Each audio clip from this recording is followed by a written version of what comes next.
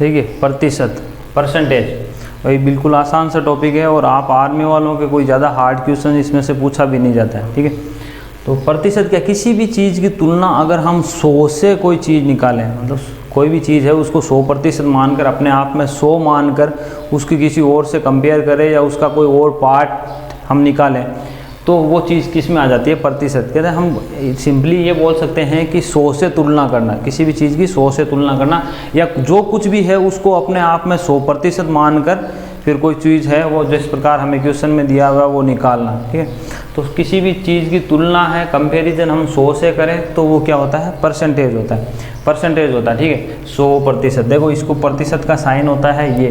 ठीक है, जैसे भिन्न, जैसे एक होता है, जो भिन्न में जो एक होता है, भिन्न में जो एक होता है वो प्रतिशत में किसके बराबर होता है, 100 के बराबर होता है। जो भिन्न में जो एक होता है वो प्रतिशत में 100% के बराबर होता है। तो देखिए भिन्न को आप प्रतिशत में बदल सकते हो और प्रतिशत को भिन्न में बदल सकते हो। देखिए ये होते भिन्न, ठीक है, भिन्न को आप किस में चेंज कर सकते हो, प्रतिशत में। तो भिन्न को अगर आपको प्रतिशत में बदलना है तो उसको 100 से गुणा करना पड़ेगा। अगर आपको भिन्न है, कोई भिन्न दिया हुआ है, उसको बोल रहा है कि प्रतिशत में बदलो, तो 100 से गुणा करना पड़ता है, 100 से गुणा। और प्रतिशत को अगर भिन्न में बदलना है, प्रतिशत को अगर भिन्न में बदलना है, भिन्न बोलो, रेशियो बोलो, ठीक है, अनुपात या फ्रैक्शन, ठीक है, तो वो 100 से क्या करेंगे, भाग, 100 का भाग लगाएंगे, 100 का भाग। जैसे भिन्न में अगर आपको 1/2 दिया हुआ है कि भिन्न में 1/2 है, उसको प्रतिशत में बदलो, प्रतिशत में बदलने के लिए क्या करेंगे, 100 से गुणा करेंगे, तो ये क्या हो गया, 50%। तो जो भिन्न में 1/2 है वो प्रतिशत में कितना है, 50%। जो भिन्न में 1 है वो प्रतिशत में कितना है, 100, प्रतिशत में कितना है, 100।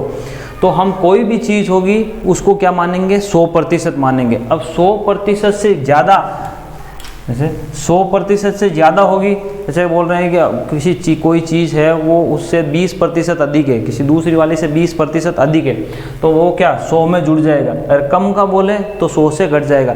अगर कोई चीज़ 20% अधिक है मतलब वो 100 में जुड़ के 120 हो जाएगी। और 20% कम बोले तो वो 100 में से घट के क्या हो जाएगी, 80% हो जाएगी। देखिए बिल्कुल आसान सी चीज़ है, और जब हम क्वेश्चन करेंगे तो बिल्कुल ईजी वे में आपको समझ में आ जाएगा। देखिए अब हम सबसे पहले है किसी भी चीज़ का प्रतिशत निकालना, प्रतिशत निकालना। जैसे 1/2 है वो 7.5 का कितना प्रतिशत है, या मैं अगर प्रतिशत निकालना, मैं कहूँ 500 का 20% कितना होगा, 500 का 20%। देखिए का हमने क्या अभी बोर्ड मास वाले में पढ़ा है, का मतलब क्या होता है, गुणा, तो उससे भी सीधा सीधा हो जाता है कि 500 का मतलब गुणा 20%। प्रतिशत को हमें क्या है, 100% हटाना है तो क्या 100 का भाग देंगे। पता है प्रतिशत को हटाने के लिए क्या करते हैं, 100 का भाग। तो 500 का 20% क्या हो गया, 100। 500 का 20% क्या हो गया, 100। इसी प्रकार अगर 600 का 20% पूछता तो 600 का 20% क्या हो जाता, 120। 600 का 20% क्या हो जाता है, 120। तो का मतलब गुणा, तो 500 का 20% तो 500 गुणा 20/100। अब अगर उल्टा इसका रिवर्स पूछ ले कि 100 है वो 500 का कितना प्रतिशत है, 100 है वो 500 का कितना प्रतिशत है, या 120 है वो 600 का कितना प्रतिशत है, तो आप 120 जो पूछा गया है कि 120 किसका पूछ रहा है, 600 का, तो 600 को लिखेंगे नीचे। 120 600 का कितना प्रतिशत है, तो प्रतिशत में बदल देंगे इसको, ठीक है, और 6 का भाग देंगे इसमें तो 20%। तो इस तरीके से अगर आपको पूछा है 500 का 20% या 600 का 20%, तो 600 को क्या 20 से गुणा करके 100 का भाग लगा देंगे तो मान आ जाएगा। और ये पूछ ले कि 120 है वो 600 का कितना प्रतिशत है, तो जिसका प्रतिशत पूछा जाता है, जो कि 120 किसका प्रतिशत, उसको नीचे लिखा जाता है और फिर 100 से गुणा कर देते हैं। क्योंकि प्रतिशत में बदलने के लिए ध्यान रखिए 100 से गुणा किया जाता है और प्रतिशत को हटाने के लिए 100 का भाग दिया जाता है, ठीक है। तो पहला क्वेश्चन देखिए,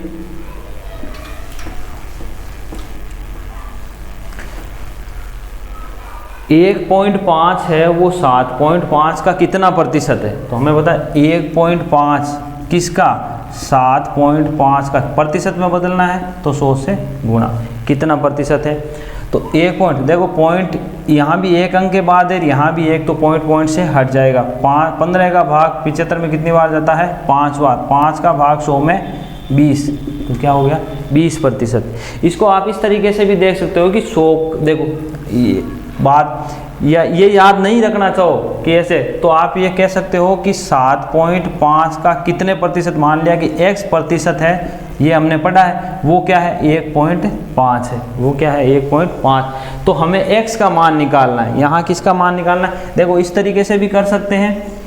और अगर ये हमने पहले सोचा कि भाई 7.5 का x प्रतिशत है, वो क्या है 1.5, तो कितना प्रतिशत हो जाएगा, तो यहाँ यही चीज़ आने वाली है, 100 से इधर क्या हो जाएगा, गुणा 7.5 का क्या लग जाएगा भाग, तो 1.5 7.5 गुणा 100, तो आने वाली यही चीज़ है। आप इस तरीके से करो या इस तरीके से करो, बात एक ही है। फिर यहाँ आपको पूछे कि ये 1.5 है वो 7.5 का कितना प्रतिशत है, जिसका प्रतिशत पूछा जाता है वो उस संख्या को क्या लिखते हैं, हम नीचे लिखते हैं, और फिर प्रतिशत में बदलना है तो 100 से गुणा करते हैं, ठीक है। तो इसका उत्तर हो जाएगा आपके 20%। ठीक है, प्रश्न में जो दिया हुआ है उसको प्रतिशत से तुलना कर दो। जैसे अब अगला क्वेश्चन देखना, एक परीक्षा में 400 विद्यार्थी पास हुए, ठीक है, 400 विद्यार्थी क्या हुए, पास हुए, तथा 60% विद्यार्थी क्या हो गए, फेल हो गए, तो कुल कितने विद्यार्थी थे। देखिए विद्यार्थी अपने आप में 100% है, ठीक है, कुल विद्यार्थी है वो क्या है, अपने आप में 100% है। उनमें से पास कितने हुए, 400, और फेल कितने हुए, 60%। तो अगर 60% विद्यार्थी फेल हुए तो पास कितने प्रतिशत हुए, पास कितने प्रतिशत हुए, 100 में से 60 को घटा लो, 100 में से 60 को घटा लो, तो पास कितने हुए, 40% विद्यार्थी क्या हुए, पास। और यहाँ उनकी संख्या कितनी दे रखी है हमें, 400, वो संख्या कितनी दे रखी है, पास विद्यार्थी कितने हुए, 400। तो ये जो प्रतिशत में 40 है, जो प्रतिशत में 40 है वो किसके बराबर है, इन 400 विद्यार्थियों के बराबर है। तो प्रतिशत में जो 40 है वो किसके बराबर है, 400 के। हमें पूछा है कि कुल विद्यार्थी अपने आप में क्या होता है, 100% होता है। कुल विद्यार्थी क्या होंगे अपने आप में 100%। 40% आपको दिया हुआ है 400 होता है, तो 1% क्या हो जाएगा, 1% क्या हो जाएगा, 40 का भाग इसमें लग जाएगा, तो 400/40 कितना हो गया, 10। 1% कितना हो गया, 10। तो हमें क्या चाहिए, 100%। विद्यार्थी क्या है अपने आप में 100%, तो 100% है तो ये क्या हो जाएगा, 10 से गुणा, तो कुल विद्यार्थी कितने हो गए, 1000, ठीक है, 1000 विद्यार्थी है, ठीक है। अब आप देख सकते हो कि 1000 का 400 है वो कितना होता है, 40% होता है। तो प्रश्न में जो दिया हुआ है उसको प्रतिशत वाले के बराबर कर दो, आपका उत्तर आ जाएगा। आपको कोई फॉर्मूला वगैरह कुछ सूत्र वगैरह रटने की ज़रूरत नहीं है। देखिए क्या बोला, एक परीक्षा में 400 विद्यार्थी तो पास हो गए और 60% फेल हुए। 60% अगर फेल हुए तो पास कितने हुए, 40%। 40% का मान हमें प्रश्न में कितना दिया हुआ है, 400 विद्यार्थी दिया हुआ है। तो 40% को हम क्या करते हैं, सिंपल जो हमने बचपन से सीखते आए हैं कि 5 चॉकलेट है वो 20 रुपए की आती है, तो 1 चॉकलेट कितनी आएगी, वही चीज़ है। 40% 400 के बराबर है तो 1% किसके बराबर हो जाए, तो वहाँ 1 चॉकलेट का मूल्य निकालने के लिए हम क्या करते हैं, 20 में 5 का भाग लगा देते हैं, क्योंकि 5 का मूल्य 20 है तो 1 का कितना हो जाएगा, 20 में 5 का भाग लगा दिया, ठीक है, 20 में 5 का भाग लगा दिया तो 4 रुपये हो जाएंगे। अब आपको पूछ ले 10 चॉकलेट खरीदनी हो तो कितना लगेगा, तो वही 4 को आप किससे गुणा करते हो, 10 से गुणा करते हो। वो की वो चीज़ यहाँ है कि 40% का मान आपको 400 के बराबर दिया हुआ है, आप 1% का निकाल लो 10, और 100% हमें चाहिए क्योंकि विद्यार्थी क्या है अपने आप में 100% है, तो 100% क्या हो गया 1000, तो इसका उत्तर आपके क्या हो जाएगा 1000। देखिए नेक्स्ट क्वेश्चन यही सेम, देखिए बस प्रश्न में जो दिया हुआ है उसको प्रतिशत से तुलना करो और आप उत्तर आ जाएंगे। देखिए एक विद्यार्थी एक परीक्षा में 40 अंक लेके आता है, 40 अंक लाता है और 40 अंकों से फेल हो जाता है। देखिए 40 अंक तो वो प्राप्त करता है, फिर भी वो क्या है, कितने अंकों से, 40 अंकों से फेल हो जाता है। इसका मतलब उसको पास होने के लिए कितने अंक चाहिए थे, उसको 80 अंक चाहिए थे। पास होने के लिए कितने अंक चाहिए थे, क्योंकि 40 अंक तो वो लेके आया, फिर भी 40 अंकों से क्या हो गया, फेल। तो पास होने के लिए उसको कितने अंक चाहिए थे, 80 अंक। 40 लेके आया और 40 से फेल हो गया, तो 80 अंक उसको पास होने के लिए चाहिए थे। आगे देखिए, यदि पास होने के लिए 40% अंक, अगर ये देखो अंक है और प्रतिशत में उनका मान कितना है, 40%, उसको पास होने के लिए 40% अंक चाहिए। तो हमें कुल अंक बताने की कुल अंक कितने हैं। तो सेम वही चीज़ है, यहाँ किसकी वैल्यू दे दी, 40% की। तो जो प्रतिशत में 40 है वो अंकों में किसके बराबर है, 80 अंक के बराबर है। उसको पास होने के लिए 40% नंबर चाहिए, अंक चाहिए, और वो कितने, 80, क्योंकि 40 वो लेके आता है और 40 से ही फेल हो जाता है। तो जो प्रतिशत में 40 है वो अंकों में कितने के बराबर है, 80 के बराबर है। तो हम वापस वही चीज़, 1% किसके बराबर हो जाएगा, 40 का 80 में भाग दे देंगे तो 2 अंक के बराबर हो जाएगा। और 100, क्योंकि अंक अपने आप में क्या है, मैं पहले ही बता चुका हूँ, क्योंकि जो चीज़ हमें पूछी है उसको आप 100% मान लो, ठीक है। उसको क्या मानेंगे हम, 100%। तो हम क्या है, 100%, अंक क्या है अपने आप में 100%, तो 100 किसके बराबर हो जाएगा, 200। तो यहाँ कुल अंक कितने होंगे, कुल अंक होंगे 200, ठीक है। आप देख सकते हो 200 का पास होने के लिए 200 का 40%, ठीक है, 200 का 40% कितना हो जाएगा, 80। यही चीज़ वापस आ गई। तो इस तरीके से जो प्रश्न में दिया हुआ है प्रतिशत में, उसको कंपेयर करके उत्तर निकाल सकते हो आप, ठीक है। आगे देखिए, सेम ऐसे ही क्वेश्चन है सारे, कुछ रटना है ना कुछ और। देखिए, एक चुनाव में एक उम्मीदवार 40% वोट लेता है, एक उम्मीदवार क्या करता है, 40% वोट लेता है, तथा दूसरे उम्मीदवार से 298 वोटों से वो हार जाता है। अब एक आप देखिए, जो हारने वाले ने कितने वोट लिए, 40% वोट लिए, तो जीतने वाला, ये तो हारा है, ठीक है, जीतने वालों ने 60%, क्योंकि टोटल क्या है, जो टोटल वोट है वो क्या है, अपने आप में 100% है। तो हारने वाले को अगर 40% मिले हैं तो जीतने वाले को कितने मिले, 60%। और ये कितने, 298 वोटों से हारता है। कितने वोटों से हारता है, 298 वोटों से वो हार जाता है। देखिए, यहाँ प्रतिशत में कितने हारता है, इसको 40 मिले, इसको 60 मिले, तो प्रतिशत में कितने प्रतिशत से हारता है, 20%। 20%। तो जो प्रतिशत में 20% है वो कितने वोटों के बराबर है, 298 वोटों के बराबर है। तो हमें कितने क्या निकालना, कुल वोट। कुल वोट क्या अपने आप में 100%, कुल वोट क्या है अपने आप में 100%। तो आप 1% निकाल के भी कर सकते हो, या हमें डायरेक्ट अगर इसको 100 में बदलना है, हमें क्या 100% चाहिए, तो आप इसको 100 डायरेक्ट क्या कर सकते हो, इसको 5 से गुणा करो तो भी ये क्या हो जाएगा 100%। इसको 5 से गुणा किया है तो इधर इसको भी किससे, 5 से गुणा कर दो, तो वो तो भी आपका उत्तर आ जाएगा। लेकिन 1% किसके बराबर हो जाएगा, देखिए 1% किसके बराबर हो जाएगा, इसमें 20 का भाग लगा दिया, क्या किया, इसमें 20 का भाग लगा दिया, 298/20। और 100% क्या, कुल वोट क्या अपने आप में क्या है 100%, कुल वोट क्या अपने आप में 100%। तो 100% निकालना, तो इसको क्या कर देंगे, फिर 100 से गुणा कर देंगे, 100 से गुणा कर देंगे, ठीक है। तो 1 0 से 0 ये कैंसिल, 2 का भाग इसमें 1 4 9, तो ये क्या हो गए, कुल वोट। कुल वोट इतने वोट थे कुल, ठीक है, 1490। देखिए क्या किया हमने, देखिए यहाँ हारने वाले को 40% वोट मिले, तो जीतने वाले को कितना 60%। तो 40 में से 60 घटा दिए, 60 में से 40 घटा दिए, तो कितने वोटों से आ रहा वो 20% वोटों से। और यही 20% का मान हमें प्रश्न में क्या दिया हुआ है 298। जब 20% अपने पास है तो हम 100% निकाल लेंगे। तो सारे क्वेश्चंस को करने का यही एक मेथड है। आप अलग अलग मेथड से करना चाहो या कोई फॉर्मूले वगैरह याद रखना चाहो वो आपकी मर्जी है, वरना हम सिंपल बिल्कुल बेसिक तरीके से ये सारे क्वेश्चन हैं वो कर सकते हैं।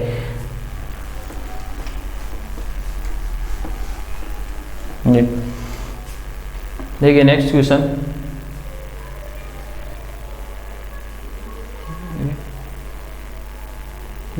एक परीक्षा में देखिए एक परीक्षा में 80% परीक्षार्थी अंग्रेजी में तथा 70% गणित में पास हुए, परंतु 10% क्या है, दोनों विषयों में फेल हुए। 10% क्या है, दोनों विषयों में फेल हुए।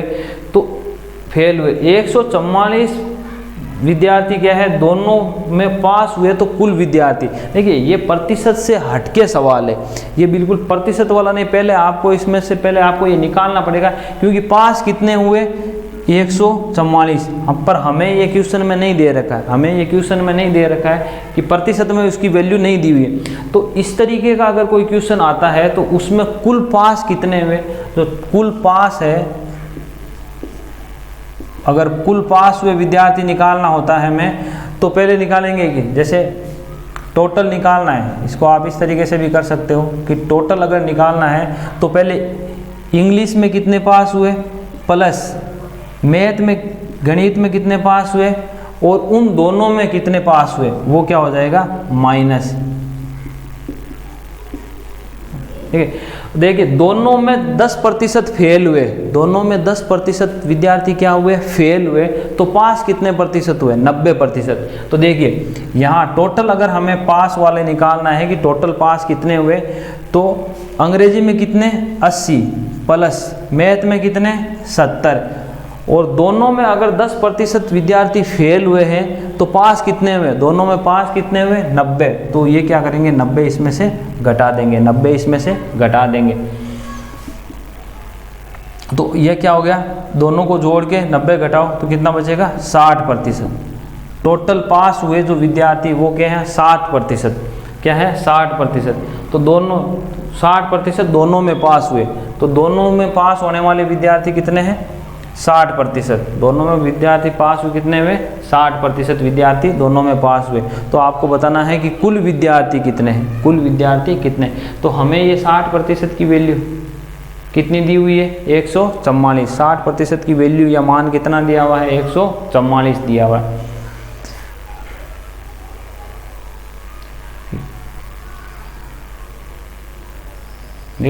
एक परीक्षा में 80% विद्यार्थी क्या हो, परीक्षार्थी क्या अंग्रेजी में पास हुए और 70% किसमें गणित में पास हुए। ठीक है, तो 40 और 70 इसको इस तरीके से करते हैं कि टोटल पास दोनों में पास कितने हुए। ठीक है, या कुल विद्यार्थी कितने पास, कुल विद्यार्थी कितने पास हुए वो निकालना होता है। तो हम क्या करते हैं, अंग्रेजी में पास कितने हुए, गणित में पास कितने हुए, उसमें से माइनस कर देते हैं कि दोनों में पास कितने हुए। ठीक है, उसमें माइनस क्या कर देते हैं कि दोनों में कितने पास हुए।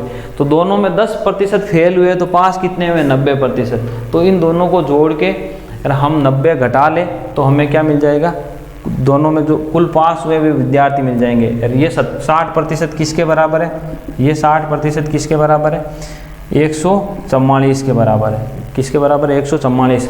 तो 60% 144 के, हमें तो क्या चाहिए 100% चाहिए। तो 1% किसके बराबर है 60 का भाग लग जाएगा, और 100% चाहिए हमें, तो क्या हो जाएगा 60 से गुणा हो जाएगा, 60 से गुणा। देखिए 1 0 से 0। ठीक है, तो इसमें 6 का भाग कितनी बार जाएगा 2 बार, और ठीक है तो क्या हो गया टोटल विद्यार्थी कितने हो गए 240। टोटल विद्यार्थी या परीक्षार्थी कितने हो गए 240। यहाँ तो सेम है, ये तो मेथड सेम ही रहेगा क्योंकि प्रतिशत तो हमें यही निकालना है। ये तो है कि ये अलग ही तरीके के क्वेश्चन पूछे जाते हैं, ये आपको एक क्वेश्चन दे रखा है ऐसा। तो अगर आपको जैसे अंग्रेजी विषय में पास और गणित विषय में पास विद्यार्थियों का दे रखा है, अगर उन दोनों में पास विद्यार्थी, तो कुल पास होने वाले विद्यार्थियों की संख्या हम इस तरीके से निकालते हैं। ये फॉर्मूला ही समझिए आप, ये एक सूत्र होता है इनको निकालने का। ठीक है, नेक्स्ट क्वेश्चन देखिए।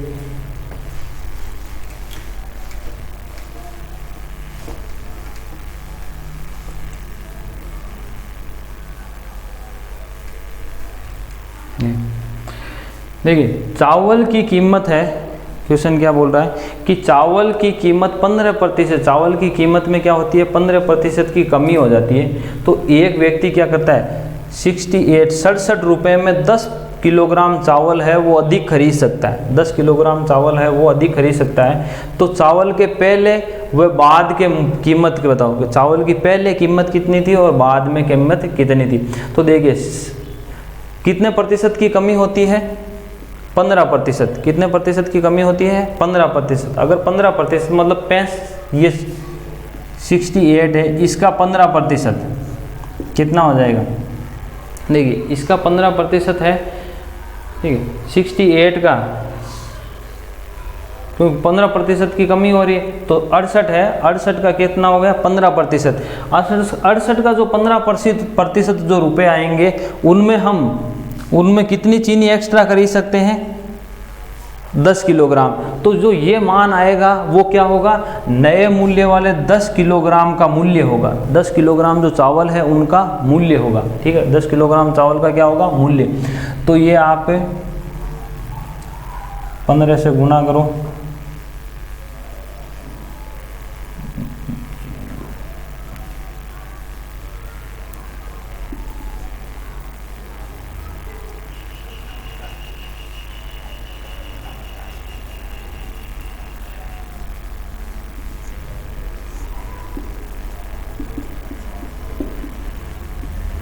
ठीक है। तो 67 का 15% कितना हो गया? ये 10.20, 10.20। तो ये कितना है? 10 किलोग्राम चावल का मूल्य है ये, क्योंकि हम 15% की कमी होने पर कितना चावल एक्स्ट्रा खरीद रहे हैं? 10 किलोग्राम। तो अगर 10 किलोग्राम चावल का मूल्य कितना है, तो 1 किलोग्राम चावल का मूल्य कितना हो जाएगा? 10 का भाग लग जाएगा, इसमें 10 का भाग लग जाएगा, ठीक है। ये क्या हो जाएगा आपके? 10 का भाग लगा 1.02 रुपये पर केजी। ये देखिए, ये जो नया मूल्य है वो है, ठीक है। ये कौन सा मूल्य है? नया जो मूल्य प्राप्त हो रहा है वो है। अगर आपको पुराने वाला मूल्य प्राप्त करना है, ठीक है, पहले वाला मतलब मूल्य घटने के 15% घटने से पहले चावल का मूल्य क्या था? ये तो क्या है? नया वाला जो चावल, नया मूल्य है 65 मतलब ये 15% की कमी होने के बाद चावल का 1 किलो का भाव क्या है? 1.02 रुपये पर केजी है, ठीक है। अब ये के पुराने वाले के कितने के बराबर है? देखिए ये पुराने वाले के कितने? 15% की कमी हुई है उसके मूल्य में, तो ये 85% के बराबर है। तो इसको आप क्या कर सकते हो कि 85% किसके बराबर है? 1.02 के बराबर है, ठीक है। तो और आप इसको 100% निकाल लो। जो 100% निकालोगे वही पहले वाले जो चावल है उनका मूल्य आ जाएगा। वही क्या आ जाएगा? पहले वाले जो चावल है, पहले वाले जो चावल पे जिस भाव से खरीद रहे थे उनका मूल्य आ जाएगा, ठीक है। तो इस तरीके से बहुत ही आसान क्वेश्चन है ये आपके। ये क्वेश्चन शायद मैंने इसमें छोड़ दिया गलती से,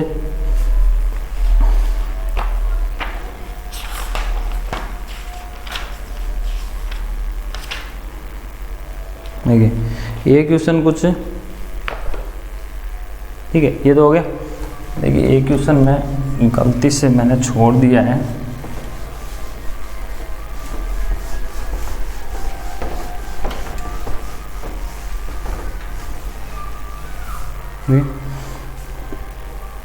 देखिए चीनी के भाव में 20% वृद्धि हुई, तो बताओ चीनी की खपत में कितनी प्रतिशत की कमी करें कि खर्च ना बढ़े? क्या क्वेश्चन है?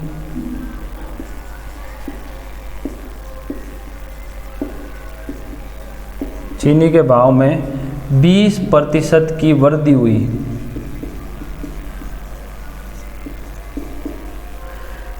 तो बताओ चीनी की खपत में कितने प्रतिशत कमी करें कि खर्च न बढ़े, खर्च न बढ़े, ठीक है। इस तरीके का अगर कोई क्वेश्चन पूछा जाता है कि चीनी के भाव में अगर 20% की वृद्धि हुई है तो खपत में कितनी कमी करें कि उसका जो खर्चा है वो नहीं बढ़े, तो या तो सीधा सीधा इसमें किस तरीके से किया जाता है? वृद्धि हो रही है कितनी? 20% की वृद्धि हो रही है, तो इसको 20% बट्टे क्या 100 + 20, क्योंकि हम क्या करना है, खपत में कमी करनी है, खपत में क्या करनी है, कमी करनी है, और इसको 100 से गुणा कर दो, इसको 100 से गुणा कर दो। तो ये क्या आ जाएगा, 20/120 गुणा 100, 6 का भाग लगाओ 100 में, 1 6 4 बट्टा मतलब 16 से 2/3%। तो खपत में कितनी कमी करनी पड़ेगी हमें, 16 से 2/3% की। ये देखिए आप बिल्कुल एक सीधा छोटा सा सूत्र है, फॉर्मूला है कि अगर आपको वर्दी दे रखी है और कमी पूछे, वर्दी दे रखी है कि किसी ऐसे क्वेश्चन जिसमें मतलब 2 को गुणा करने पर तीसरी वाली राशि मिलती है, 2 को गुणा करने पर, जैसे क्या होगा, चीनी की मात्रा और उसके मूल्य को गुणा करें तो हमें क्या मिलेगी, खपत मिलेगी, ये उसका मतलब कुल खर्चा मिलेगा, क्या मिलेगा, कुल खर्चा मिलेगा। अगर इस तरीके का कोई क्वेश्चन हो और उसमें आपको बोले कि खर्च नहीं बढ़ना चाहिए, तो हम क्या करेंगे, जितनी कमी या वृद्धि आती है उसको तो लिखते हैं ऊपर, और यहाँ वृद्धि दी हुई है, वृद्धि हो रही है, कमी का पूछ रहा है, कमी का पूछ रहा है, तो नीचे 100 में क्या करेंगे, इसको जोड़ देते हैं, ठीक है, और 100 से गुणा कर देते हैं। और अगर कमी दे के वृद्धि का पूछता, ठीक है, अगर यहाँ कमी देता कि भाव में कमी हो रही है 20%, तो उसकी खपत को कितना बढ़ाएं कि खर्च है वो समान रहे, तो उस कंडीशन में क्या होता, हम 20 को ऊपर 20 को तो ऊपर लिखते हैं, लेकिन क्या करनी है, हमें चीनी की खपत क्या करनी है, बढ़ानी है, तो क्या करते हैं, 100 में से 20 घटा देते हैं और 100 से सीधा गुणा, ठीक है। तो अगर कमी का पूछे, कमी करने का कहे, वृद्धि दी हुई है, कमी करने का कहे, तो नीचे जोड़ देंगे, और कमी देकर यहाँ तो वृद्धि दी हुई है, कमी देकर वृद्धि करने का बोले तो क्या करेंगे, 100 में से घटा देते हैं, 100 में से घटा देते हैं। देखिए अगर इसको हम बेसिक तरीके से करें तो कैसे करेंगे, देखिए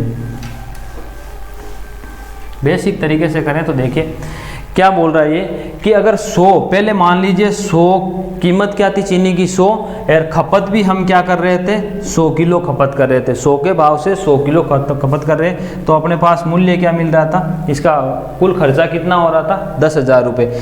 अब ये बोल रहा है कि चीनी के भाव में तो क्या कर रहे हैं, 20% की वृद्धि, तो यहाँ ये भाव कितना बढ़ रहा है, 20%, मतलब 100 से क्या हो रहा है, 120 हो रहा है, ये भाव क्या हो रहा है, 100 से 120 हो रहा है। तो इसको हमें क्या करना पड़ेगा, कम, इसकी खपत को क्या करना पड़ेगा, कम, और वो कितनी कम करे, तो मान लेते हैं कि जितना भी कम करके हमारे पास ये क्या आ गया, x है, ठीक है, इसकी कमी कर दी, ये x आ गया, पर इसके खर्च में है वो कोई फर्क नहीं पड़ना चाहिए, खर्च बढ़ना नहीं चाहिए, मतलब पहले भी 10,000 खर्च कर रहा था तो अब भी 10,000 खर्च करना चाहिए, तो ये और ये क्या है, बराबर है, तो हम क्या करते हैं, 120 गुणा x बराबर 100 गुणा 100, इसको क्या कर दिया, बराबर कर दिया, ठीक है, इसको क्या कर दिया, बराबर। तो x का मान हमें पूछा है, x का मान हमें पूछा है, तो 120 का क्या हो जाए, इधर भाग लग जाएगा, इधर भाग लग जाएगा, क्यों, हमें पता है अगर इधर कोई संख्या गुणा में होती है, दूसरी साइड भेजते हैं तो वो भाग में चली जाती है, ठीक है, भाग में। तो ये 6 का भाग देंगे हम, 2 का,